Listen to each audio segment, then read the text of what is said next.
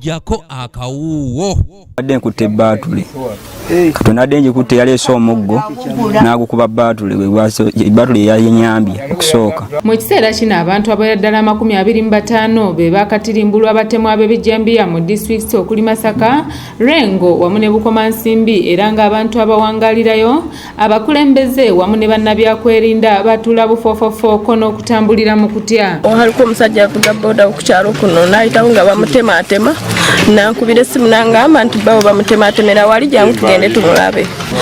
N'atuukawo n'agamba bannange mama Mina bawo agwamu omusaayi. Amyuka RCC w'ekibuga ky'e Masaka Ahmed Katerega Musaazi asinzidde mu lukuŋŋaana lw'abannamawulire ku kitebe kyawujja e Kawempe n'asonga olunwe ku basibe abateebwa okuva mu makomera mu biseera eby'omuggalo oguwedde saako n'abo abava mu bibuga okwolekera ebyalo nti baalibanga beebasanjaga bannabuddu ebijambiya ebibamaze emmere saako n'abalala okusigala n'ebisago. Kubanga omuntu gwomututte nga abbye akufumisa omuntu okugenda okuyita ennaku 2 ng'ate akoze ki ng'akomyewo. Naye nga lwo abavukaati be tukwata mu kyalo ne tubatwala abapoliisi ne bakolako bulungi nnyo mu kino. Nze ndowooza nti gavumenti erina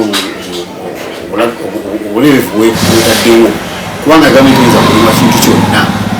Obubinga bingi okugenda kuvumaganya gavumenti bakutaddewo okugenda kuvumaganya gavumenti nti erimeddwa mu security erimeddwa mu ki naye nga gavumenti niyiweeyo teyinza kulema kumalawo. Musaazi kino akyesigamizza ku njogera eyakyaka ennyo oluvannyuma lw'akalulu akaliwo ku ntandikwa y'omwaka guno nti abali ku ludda oluwabula gavumenti pulaani A ey'akalulu bwegaana bakudda ku pulaani B nti balibanga bategeeza kino era wasinzidde n'agumya bannayuganda saako bannabasaka abatirimbulwa nti ebyokwerinda bimaze okumyumyulwa. Abantu bafudde nnyo, abantu babbiddwa, abantu battiddwa, abantu bafiiriddwa ebintu byabwe, abantu babonaabonyezebwa ku by'amataka, abantu kati ne security tewakyali mirembe okugamba ebintu bitusobedde.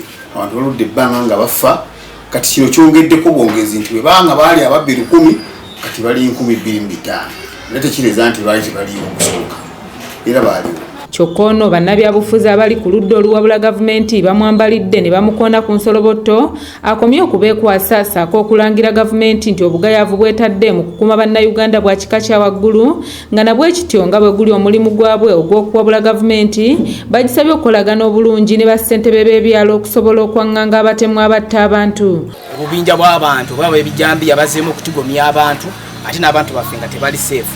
Kale n'olunaku olwaleero tukakasa era tubannyonnyola nti enteekateeka yonna eriwo ku kya security tukakasa nti okunyweza ebyokwerinda ffe wano mu Uganda tulina kusooka kuinvolvinga basentebe b'ebyalo ebyo kubanga bye basinga okubeera n'abantu abo era be baba receivinga era be babagoba. So gavumenti muzuukuke ekiri e Kampala kyekiba kibeera ne Masaka.